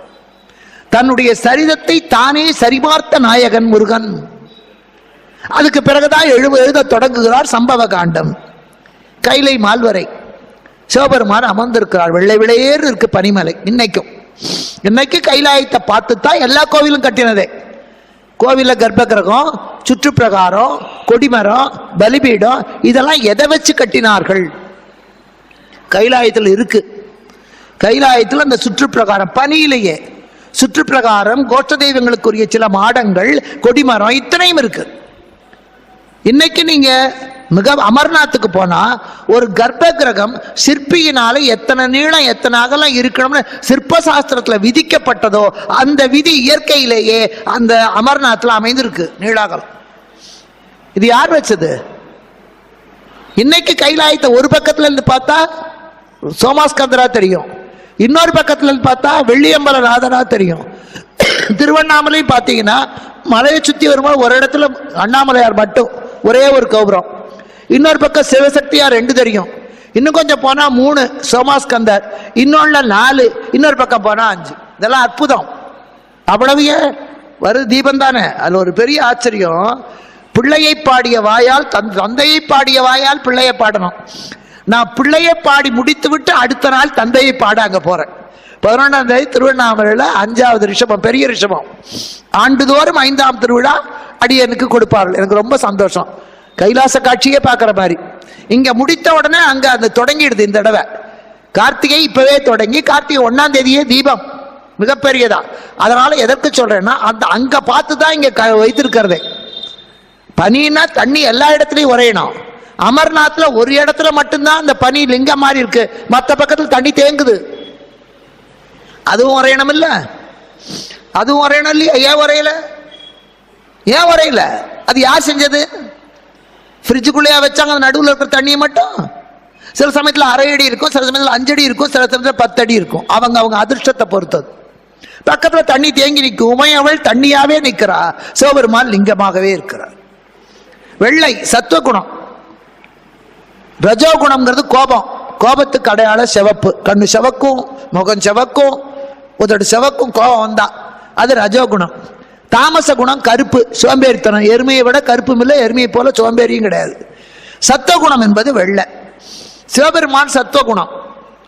பெருமாள் ராமாவதாரம், கிருஷ்ணாவதாரம் எல்லாத்திலையும் கோபத்தோட அழித்திருக்கிறார். அவர் பச்சைமா மலை போல் மேனி. சிவபெருமான் சம்ஹார மூர்த்தி, அவருக்கு சிவப்பு நிறம். பிரம்மா படைக்கிறவனுக்கு சாந்தம் வேணும். ஒரு படம் வரைகிறவனுக்கு கோபம் வந்தா அது குரங்கா போயிடும், நல்லதா வராது. சாதம் படைக்கிறவ சமைக்கிற போது கோபம் வந்ததுன்னா மிளகாப்பொடி அள்ளி சாம்பார்ல போடுறதுக்கு பதிலாக பாயசத்துல போடுவா. கோபம் வரக்கூடாது. படைக்கிற போது கோபம் வரக்கூடாது. அந்த படைக்கிற கடவுளான பிரம்மா சத்துவம் வெள்ளை. காப்பாற்றுகிறவர் பச்சை, பசுமையா இருக்குப்பா. வாழ்க்கை எப்படி இருக்கு? நல்ல பசுமையா இருக்கு. பசுமையா இருக்கிறது என்றால் செழிப்பாக இருக்குன்னு அர்த்தம். அந்த காப்பாற்றுகிற கடவுளான திருமாலுக்கு பச்சைமா மலை போல் மேனி. தீமைகளை அழிக்கின்ற சிவபெருமானுக்கு கோபம் சிவப்பு, ருத்ரன். அப்போ அந்த 3 இருக்கு. முருகனுக்கு 3 வரும், அது பின்னாடி சொல்றேன் நான். 3ஆகவும் காட்சி தருவான் அவன். அப்படிப்பட்ட சத்துவகுணமான கைலாயம். அங்க மலையும் வெள்ளிப்பனி மலை, அங்க உருகுகின்ற நதியும் வெள்ளையா இருக்கு. சிவபெருமான வெந்நீர் அணிந்த கோலத்தோடு அமர்ந்திருக்கிறார். பக்கத்திலே உமையவள். இன்னைக்கு அங்க பார்த்தா தெரியும் ஒரு இடத்துல. இப்பெல்லாம் போட்டோவே கொண்டு வந்து வச்சிடறாங்க கைலாசத்தை பல கோணத்துல. அதுல பார்த்தாலே தெரியும். பொன்னார் மேனியனாக, வெள்ளி அம்பல வாணனாக ஒவ்வொரு நேரத்துல ஒவ்வொரு விதமாக காட்சி அளிப்பார். இப்போ 2 பேரும் அமர்ந்திருக்கிறார்கள். மற்ற அத்தனை தேவர்களும் வந்து இறைவனை காண வந்திருக்கிறார்கள். அவரவர்கள் இறைவன் கிட்ட ஒவ்வொரு விண்ணப்பம். இப்ப கோயிலுக்கு வர்ற எல்லாரும் ஒரே மாதிரியா அப்ளிகேஷன் போடுறாங்க. ஒரு காலேஜில் போய் சேர்றதுனா கூட ஒரு பையன் எனக்கு பிகாமுக்கு வேணும், ஒருத்தன் பிஎஸ்சி வேணுங்கிறான், ஒருத்தன் பிசிக்ஸ் மெயின், ஒருத்தன் கெமிஸ்ட்ரி மெயின்கிறான். கோவிலுக்கு வர்ற எல்லாரும் ஒரே மாதிரி கேட்கறது இல்லை. சில பேர் ஆரோக்கியத்தை கேட்கிறோம், சில பேர் ஐஸ்வர்யத்தை கேட்கிறோம், சில பேர் கல்யாணத்தை கேட்கிறோம், சில பேர் குழந்தையை கேட்கிறோம், சில பேர் படிப்பை கேட்கிறோம், சில பேர் அடுத்தவன் அழியணும்னு கேட்கிறோம். அவன் புத்திக்கு தகுந்த மாதிரி ஏதோ ஒரு பிரார்த்தனை. இங்கே எல்லாரும் பிரார்த்தனை கேட்டார். உமையவளும் எழுந்தார். எழுந்து இறைவனை வணங்கினார். அப்ப அவளுக்கு பெயர் தாட்சாயணி. தாட்சாயணி எழுந்தா. ஏன்னா ஒவ்வொரு ஊர்ல ஒவ்வொரு பேர் இருக்கும், அது மாதிரி இவளுக்கும் அந்த பேர். எழுந்து இறைவனை வணங்குறார். கற்பனை முதலிய கடந்த கண்ணுதல் சிற்பர நின்ன இகழ் தக்கன் மனையிலே பற்பல நாள் வளர்ந்து அவன் பயந்த மகவென சொற்படு நாமமும் சுமந்துளேன் யா. சொல்றான், இறைவா, கற்பனை முதலிய கடந்த கண்ணுதல் சிற்பரனே, சிவனே, உன்னை இகழ்ந்து பேசுகிற தட்சன் வீட்டில் நான் மகளா வளர்ந்தேன். தட்சன் என்பவன் ஒரு தட்ச பிரஜாபதினே பேரு. அவன் ஒரு தேவன். அவன் இறைவனை வேண்டான். சாதாரண நிலையில இருந்தான். இறைவனை வேண்டுகிறான். என்ன வர வேணும்னா, எனக்கு ஒரு குழந்தை பிறக்கணும், பார்வதியை உமையவளே எனக்கு மகளா பிறக்கணும். நல்ல புத்தி இருக்கிற போது நல்லது கேட்கிறோம், அதே ஆளுக்கு கெட்ட புத்தி வந்தா அடுத்தவன் அழியணும்னு கேட்கிறோம். எனக்கு ஒரு குழந்தை வேணும். அவனுடைய பக்திக்காக, அவன் நல்லவனா இருக்கிற பொழுது அந்த பக்திக்காக ஆண்டவன் கொடுத்தது உமையே வந்து அவனுக்கு மகளா பிறந்தா. அவளுக்கு தாட்சாயணின்னு பேர் வச்சான். இதுக்கு பேர் தத்திதாந்த நாமம்னு பேர். குந்திக்கு பிருதைன்னு ஒரு பேர் உண்டு. பிருதையினுடைய மகன் பார்த்தன். வசுதேவனுடைய மகனான கிருஷ்ணனுக்கு வாசுதேவன் ஒரு பேர் உண்டு. இதுக்கு தத்திதாந்த நாமம்னு பேர். வழி வழியா நீங்க திருவனந்தபுரம் போனீங்கன்னா தாத்தா பேரு அனந்த பத்மநாபன், அப்பா பேரு அனந்த பத்மநாபன், புள்ள பேரு அனந்த பத்மநாபன். ஏன்னு கேட்டீங்கன்னா பாட்டம் பேரைத்தான் பேரனுக்கு வைக்கணும். பாட்டம் பேரு அனந்த பத்மநாபன் இவனுக்கு வச்சிருவான். அவங்க அப்பாவுக்கு அவன் பாட்டம் பேரு அனந்த பத்மநாபன். அந்த காலத்துல எல்லாம் ஒரு ஊர்ல அந்த சாமி பேர் தான் வைக்கிற வழக்கம்.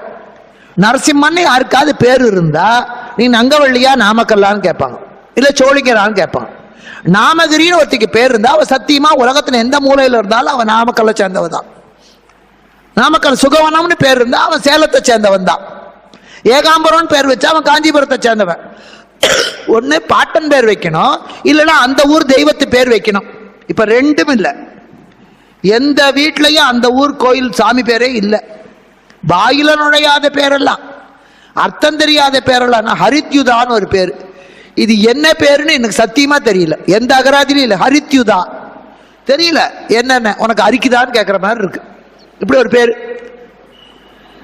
பேரே இல்லை. முன்னெல்லாம் வீட்டுக்கு ஒரு லட்சுமி இருப்பா, வீட்டுக்கு ஒரு சரஸ்வதி இருக்கும், காமாட்சி இருக்கும். அது விஜயலட்சுமி, ராஜலட்சுமி, மகாலட்சுமி. ஒரு பொன் குழந்தை பிறந்தா மகாலட்சுமியே பிறந்துட்டாமா. இத்தனை இருக்கு. மதுரையில மீனாட்சி நிறைய இருக்கும், காமாட்சி நிறைய இருக்கும். இப்ப காமாட்சி மீனாட்சிங்கிற பேரு பெண்களுக்கு இல்லையா, ஆண்களுக்காவது இன்னும் நீங்க ரொம்ப மாறல. இன்னைக்கு நடேச, ராமசாமி, கந்தசாமி, நடராஜன் இருக்கீங்க. ஆனா பெண்கள்ல எங்க இருக்கா காமாட்சி, மீனாட்சி, நரசிம்மன் எல்லாம்? அவெல்லாம் போயாச்சு, இந்தியா விட்ட. சம்பந்தமே இல்லாத பேர். இப்போ இன்னும் ஆண்கள் அவ்வளோக்கா மாறல. இன்னமும் நீங்க வேஷ்டி, மிஞ்சி போனா பேண்ட். பெண்கள் இன்னும் கொஞ்ச நாள் போனா அவ ஜட்டியோட தான் தெருவில் வருவா போல. அந்த அளவுக்கு குறைஞ்சு போயாச்சு. புடவை இல்லை, 9 கஜம் புடவை போச்சு, 6 கஜம் ஆச்சு, 6 கஜம் போச்சு, பாவாடை தாவணி ஆச்சு, பாவாடை தாவணி போச்சு, அதுக்கப்புறம் சுடிதார் வந்தது, சுடிதார் போச்சு, இப்போ ஜீன்ஸும் ஷார்ட்ஸும், இப்போ அதுவும் போச்சு, பெர்முடாஸும் டிஷர்ட்டும். இன்னும் கொஞ்ச நாள் போனால் என்ன வருமோ பகவானுக்கு தான் வெளிச்சம். ஆண்கள் அவ்வளோ மாறல. மிஞ்சி போனால் நீங்கள் ஃபுல் கை சட்டை, இல்லைன்னா அரைக்கை சட்டை. மிஞ்சி மிஞ்சி போனால் இவ்வளோதான் உங்களால் பண்ண முடியும். இதுங்க என்னென்ன முதுகே இல்லை, முதுகே காணும். முதுகு இருக்கு, சட்டை காணும், சட்டையே இல்லை. முன்னால பாதி இல்லை. இது எதுக்கு துணியை வாங்கி டெய்லர்ட்ட கொடுத்து இதை வெட்டுவானையா? வேண்டதான் வேண்டாம். 2 ரிப்பனை வாங்கி கட்டிட்டு வந்துடலாம்ல. தலைக்கு வைக்கிற 2 ரிப்பனை வாங்கி மேலே ஒன்று கீழே ஒன்று கட்டிடலாம். இதுக்கு 4 மீட்டர். அவன் டெய்லரை கடுங்க, அவன் சொல்லுவான். நானும் ஒரு டெய்லர் தான். சொல்லுவான், அம்மா 1 மீட்டர் துணி வாங்கி முழுக்கை சட்டை தைக்கிறது ரொம்ப சுலபமா, இந்த கொஞ்சமா சின்ன சட்டை தைக்கிறதுக்கு தான் 1000 இடத்துல வெட்டணும், 1000 இடத்துல ஒட்டணும். அதுதான் கஷ்டம், அதுதான் கஷ்டம். வெட்டுறதுதான் கஷ்டம். அதனால தப்பு. அந்த சாமியினுடைய பெயர் வரணும். அவ தட்சனால வளர்க்கப்பட்டதுனால அவளுக்கு தாட்சாயணின்னு பேர். அதுக்கப்புறம் மகாலட்சுமிமா இறைவனே, ஒரு இறைவியே நம்ம வீட்டுக்கு வந்துட்டா அதிர்ஷ்டம் வர்றது கேட்கணுமா? பெண் குழந்தை வேண்டாங்கிறீங்க. பெண் குழந்தை பிறந்தா மகாலட்சுமியே வீட்டுக்கு வந்த மாதிரி. சமத்து என்ன பெத்தா, தலைச்சம் பொண்ணை பெத்தா. அதுதான் பழமொழி. மூத்த குழந்தை பொண்ணா இருந்தா அது அடுத்த வர்ற குழந்தையெல்லாம் பார்த்துக்கும், அம்மாவுக்கு கூட மாட வேலை செய்யும் அந்த காலத்துல. அதனால முதல்து பையனை வீட்டுல 4 கட்ட கட்டையா பையனை பெத்து வச்சா என்ன பிரயோஜனம்? பெண் குழந்தைய பாப்பாவை கொஞ்சம் பார்த்துக்கோமா, அப்புறம் அது ஒண்ணுக்கு போய் எடுத்துமா, அது கொஞ்சம் தொடமா, இந்த ஃபீடிங் பாட்டில பாப்பா வாயில வைமா. பெண் குழந்தை செய்யும், ஆம்பளை பையன் செய்வானா? பெண் குழந்தை வீட்டில் இருந்தா தான் விதவிதமா ட்ரெஸ் பண்ணி போடலாம், விதவிதமா அலங்காரம் பண்ணி பார்க்கலாம். ஆம்பளை பையன் இருக்கிற வீட்டில் எங்க பார்த்தாலும் ட்ரௌசரும் சட்டையும் தான் தொங்கு. வேற என்ன பார்க்க முடியும் உங்களால? என்ன நகை வாங்கி போட முடியும்? விதவிதமா ஜடை போட்டு பார்க்க முடியும். இப்ப இல்ல. அப்போ இத்தனை அலங்காரம், இத்தனை அழகு, உங்களுடைய செல்வத்தை, உங்களுடைய ஆசையை, உங்களுடைய அன்பை அத்தனையும் வெளிக்காட்ட ஒரு பெண் தான் முக்கியம். ஒரு பெண்ணு 2 குடும்பத்தை வாழ வைக்கிறா, பிறந்த வீட்டையும் புகுந்த வீட்டையும் வாழ வைக்கிறா. சந்ததியை, உங்க சந்ததியை அவங்க சந்ததியை அவதான் கொடுக்கிறா. பெண் வைத்து பேத்தி, அங்க அவங்களுக்கு பிள்ளை வைத்து பேத்தி, 2 குடும்பத்தை வாழ வைக்கிறவ அவதான். இந்த அப்பா அம்மா மட்டும் இல்ல, அந்த அப்பா அம்மாவையும். அதனால தாட்சாயணி வந்த நேரம் நல்ல அமோகமா வாழ்ந்துருத்தவனுக்கு. அதுக்கப்புறம் 27 பொண்ணு பிறந்தது. 27 பொண்ணு பிறந்து அந்த காலத்துல கேட்டு பாருங்க, 16 பெத்து பெருவாழ்வு வாழுமாங்க. 10 பொண்ணு 8 குழந்தைங்க எல்லாம் இருக்கும். அவங்களும் தான் பெத்தாங்க. 30 ரூபா சம்பளத்துல 10 குழந்தைங்களையும் தான் வளர்த்தாங்க. அது எல்லாத்துக்கும் காலாகாலத்துல கல்யாணமும் தான் பண்ணி கொடுத்தாங்க. கஞ்சியோ கூழோ அதுக்கு வயிற்றுக்கு போடத்தான் போட்டாங்க. இப்போ ஒன்னே பெத்து வச்சுக்கிட்டு அந்த ஒண்ணுக்கு ஒரு இட்லி வாத்து கொடுக்க முடியல, நூடுல்ஸை பண்ணி கொடுத்து துரத்துறீங்க. பிரெட்டை வாங்கி கொடுத்து காத்தால ஷவரம் பண்ற மாதிரி வெண்ணையை தடவுறீங்க. அவன் தான் தீட்டுவான் கத்திய. இப்ப எல்லா வீட்லயும் காத்தால இதான் வேலை. மொட்டையாயிடுது வீட. தப்பு இல்ல? ஒத்த பிள்ளைய பெத்து வச்சுக்கிட்டு அதை படிக்க வைக்கிறேன்னுட்டு தீபாவளிக்கு இப்ப யார் வீட்லயாவது பட்சணம் பண்றாங்களா? முன்னெல்லாம் குழந்தைகளுக்குன்னு பண்ணுவாங்க. ஸ்கூல் விட்டு நாங்கெல்லாம் வரும்போது பார்த்தா எல்லா வீட்டு வாசலையும் எண்ணெய் புகை சாஸ்திரம் சொல்லுவாங்க. தீபாவளி அன்னைக்கு வீட்டுல எண்ணெய் வாசனை வரணும். இப்ப இல்ல, பெயர் தெரியாத ஸ்வீட்டெல்லாம் வாங்கிட்டு வந்துட்டு அடுத்த நாள் எங்க கூட்டம் பாருங்க. தீபாவளிக்கு முதல் நாள் ஸ்வீட் ஸ்டால், தீபாவளிக்கு அடுத்த நாள் டாக்டர் டிஸ்பென்சரி, அங்கதானே கூட்டம். இவரோட கூட்டணியோ என்னமோ ஸ்வீட் கடைக்காரனுக்கு டாக்டருக்கும் தெரியல. தப்பு. அப்ப அவனும் 27 பொண்ணை பெற்றுக்கிட்டா. இப்ப அதை கேட்கும் போது நமக்கு ஆச்சரியமா இருக்கு. ஒரு 50 வருஷத்துக்கு முன்னாடி இருந்த அம்மா கிட்ட அந்த கதையை சொல்லுங்க, இது என்ன அதிசயம், நான் கூட தான் 14 பெத்தேன்பா. ஒண்ணுமில்லாத கூலி வேலைக்கு போற நானே 14 பெத்தேன். பெரிய ராஜா பெரிய தேவன், அவன் 27 பெத்தேன், அவனால வளர்க்க முடியாதா? இப்ப இந்த மாதிரி 6 மாச குழந்தைக்கு 50 சட்டையா வாங்கினாங்க. இப்போ மூத்த குழந்தை போட்ட சட்டையை இளைய குழந்தை கொடுப்பாங்க. அது போட்டது பத்திரமா வச்சு அடுத்த குழந்தை கொடுப்பாங்க. அக்கா தங்கச்சி குழந்தை இருந்தா அது கொடுப்பாங்க. இப்ப வாசல்ல போய் பாருங்க, ஒரு 100 செட்டு ஷூ எல்கேஜி படிக்கிற பையனுக்கு. அப்புறம் எவ்வளவு சம்பாதிச்சாதான் பத்தும்? தேவைகளை அதிகமாக்கி கொள்ள நமக்கு எவ்வளவு வருமானம் வந்தாலும் பத்தாது. தேவைகளை அளவோடு வைத்தா நமக்கு எவ்வளவு வருமானம் குறைவா இருந்தாலும் சந்தோஷமா வாழ்வோம். எது தேவை எது தேவையில்லைன்னு கணக்கு போட்டு பாருங்க. போனஸ் வந்திருக்கும், தீபாவளி 1ஆம் தேதியே வேற சம்பளம் வந்திருக்கும், எல்லாத்தையும் ஜவுளி கடையிலையும் ஸ்வீட் கடையிலையும் ஹோட்டல்லையும் எல்லாம் படால். மீதி இருக்கிற 29 நாள் ஓ மூஞ்சி நான் பார்க்கிறேன், என் மூஞ்சி நீ பாரு. தேவையா இதெல்லாம்? அளவோடு பெற்று வளமோடு வாழ்னு குழந்தைகளுக்கு இல்ல. நீ அளவோடு சம்பாதிச்சு வளமோடு வாழ். அதிகத்துக்கு ஆசைப்பட்டு உடம்ப கெடுத்துக்காத. இங்க அவனுக்கு 27 பொண்ணு கல்யாணம் பண்ணணும். காதல் என்பது எந்த காலத்திலும் எல்லா ஜீவன்களுக்கும் பொதுவானது. அந்த 27 பேர் தான் நட்சத்திரம். 27 நட்சத்திரம், அஸ்வினி பரணி கார்த்திகை மிருகசீரிஷம் 27 நட்சத்திரத்தையும் வச்சுட்டான் பேரு. அப்போ அந்த 27வது பெண்ணுக்கு பேரு ரோகிணின்னு பேரு. சந்திரன் அந்த ரோகிணி மேல ஆசைப்பட்டான். ரோகிணிக்கு அவன் மேல ஆசை. என்ன செஞ்சாங்க? 2 பேரும் கல்யாணம் பண்ணிக்கிட்டோன்னு தட்சன் கிட்ட வந்து பொண்ணு கேட்டான். நான் சொல்றேன்னா எதுவுமே இப்ப புதுசு இல்ல. நாம நினைக்கிறோம் எல்லாமே புதுசு. எல்லாம் நம்முடைய வேதத்திலே புராணத்துல இதிகாசத்துல இல்லாத எதையும் இந்த விஞ்ஞானிகள் கண்டுபிடிக்கல. கேட்கிறான் அவன், எனக்கு கல்யாணம் பண்ணி கொடு. இப்ப தீபாவளி சமயத்துல 1 வாங்கினா 1 இனாம், யாரை வாங்கினா அங்குச இனாம், காய்கறி வாங்கினா கருவேப்பிலை இனாம், கல்யாணம் பண்ணிக்கிட்டா குடும்ப கட்டுப்பாடு இனாம், எல்லாத்துக்கும் இனாம் இருக்கா இல்லையா? தள்ளுபடி இல்ல. 4 பனியன் வாங்கினா 4 பனியன் இனாம். இது எப்படி அவனுக்கு கட்டுப்படி ஆகும்னு யோசிக்கிறோமோ? தங்கம் நான் வாங்கினா உனக்கு சேதாரம் கிடையாது, உனக்கு சேதாரம் கிடையாது, அதுக்கு உண்டு கூலி கிடையாது. கல்லுக்கு விலை இல்லை, அது என்ன கல்லோ யாரு கண்டா? இத்தனையும் இந்த இலவசம் கொடுக்கறத ஆரம்பிச்சு வச்சவனே தட்சன் தான். யாரும் கொடுக்காத ஆஃபர், யாரும் கொடுக்காத தள்ளுபடி. அவன் சொன்னான், ஏண்டா 27வது பொண்ணை நீ கேட்கிற, மேல 26 இருக்கு, அதுக்கு கல்யாணம் பண்ணிட்டு தானே இதுக்கு பண்ணணும். சந்திரன் சொன்னா என்னைக்கு 26 பொண்ணுக்கு கல்யாணம் ஆகிறது, நான் கிழவனா போயிடுவேனே. அப்ப தட்சன் சொன்னா அப்போ ஒரு காரியம் பண்ணு, என்ன, இந்த ரோகிணியை நீ கல்யாணம் பண்ணிட்டா 26 பொண்ணை உனக்கு இனாமா கொடுக்குறேன். ஒரு புடவை வாங்கினா ஒரு புடவை இனாம்ங்கிறது. இன்னைக்கு ஒரு பொண்ணை கட்டிக்கிட்டா 26 பொண்ணை இனாமா கொடுத்தவன் தட்சன் தான். அவன் தான் ஆரம்பிச்சு வச்சான், இன்னும் முடியல, இலவசங்கள் முடியவே இல்லை. சந்திரன் பார்த்தான், இது என்ன பெரிய காரியம், நமக்கு வேண்டியது அவ, மீதி கிடைச்சா என்ன, ஏதோ ஒரு பெரிய அண்டா வாங்கினா ஒரு ஸ்பூல் இலவசம் ஆகிட்டு வந்து 2ஆம் நாளே உடஞ்சி போனா தூக்கி போடாதானே, இலவசமா வந்தது தானே. எப்பவுமே உழைக்காமல் சம்பாதிப்பதற்கு மதிப்பே இருக்காது, கஷ்டப்பட்டு சம்பாதிச்சா தான் அதுக்கு மதிப்பு. நான் அடிக்கடி சொல்றது உண்டு. அக்பர் பாதுஷா மாளிகையில் நிற்கிறான், அறிவுல சிறந்த பீர்பால். அரசன் என்பவன் அறிவாளியா இருக்கணும் அவசியம் இல்லை, ஆனா அமைச்சன் அறிவாளியா இருக்கணும் நம்ம நாட்டை தவிர. நிக்கிறான் பீர்பால், தெருவில் ஒருத்தன் போறான், இதே தீபாவளி, நல்ல இவ்வளவு ஜரிகை போட்டு ஒரு அங்கவஸ்திரம் மேல போட்டிருக்கான். அது கிட்டத்தட்ட ஒரு 10,000 ரூபாய் விலை இருக்கும். முதல் நாள், தீபாவளிக்கு முதல் நாள் மழை பெஞ்சிருக்கு. தெருவில் அங்கங்க தண்ணி நிக்குது. இந்த மாதிரி ஹைவேஸ் ரோடு இல்ல, மண் ரோடு, தண்ணி நிக்குது.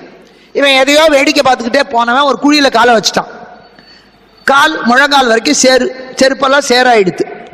உடனே அங்கேயே கரை மேல நின்னா அந்த செருப்பை கழட்டி விட்டான், கையில எடுத்தான். இந்த மேல போட்டிருந்தாலே 10,000 ரூபாய் அங்கவஸ்திரம், அதை எடுத்து அந்த செருப்பை தொடச்சான். அக்பர் கேட்டா, இதுனா அறிவு கட்டவனா இருக்கான், இந்த 50 ரூபாய் செருப்புக்கு 10,000 ரூபாய் பட்டு வேட்டியால துடைக்கிறானே, இவனுக்கு எந்த பொருளுக்கு என்ன மதிப்புன்னு தெரியலையே. பீர்பால் சொன்னார், உங்களுக்கு தான் தெரியல, அவனுக்கு எந்த பொருளுக்கு எந்த மதிப்புன்னு தெரியுதுன்னார். என்ன சொல்றீங்கன்னார். ஆமா ஐயா, அவன் காலில் போட்டிருக்கிற செருப்போட விலை 60 ரூபா தான். ஆனா அந்த செருப்பை வாங்க அவன் 6 மாசமா கஷ்டப்பட்டான். ஒவ்வொரு மாசமும் இந்த மாசம் வாங்கலாம் இந்த மாசம் வாங்கலாம் முடியாம கொஞ்சம் கொஞ்சமா சேர்த்து வச்சு முந்தா நாள் தான் அந்த செருப்பு வாங்கியிருக்கான்.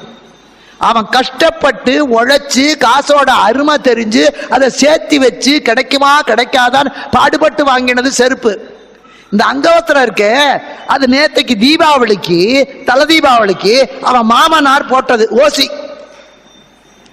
அவன் கஷ்டப்பட்டு சம்பாதிச்ச பணத்துல வாங்கின செருப்போட அருமை அவனுக்கு தெரியுது, ஓசியில கிடைச்ச அங்கவஸ்திரத்தோட மதிப்பு தெரியல. அதனாலதான் 10,000 அங்கவஸ்திரத்தினால 60 ரூபாய் செருப்பை தொலைக்கிறான். உழைத்து சம்பாதித்து கஷ்டப்பட்டு கிடைச்சாதான் எல்லாத்துக்குமே மதிப்பு, எல்லாத்துக்கும் அதான் மதிப்பு. இப்ப கஷ்டப்படாமையே கிடைக்கிறதுனாலதான் காசு தெருவில் வீசி எறிகிறாங்க, வச்சு காப்பாத்த தெரியல. இவனும் பார்த்தா 26 கட்டிட்டு வந்துட்டான், இலவசம் தானே தூக்கி போட்டான். இந்த 27வது பெண், அவன் ஆசைப்பட்ட பெண்ணை அவகிட்ட மட்டும் அன்போட இருந்தான்.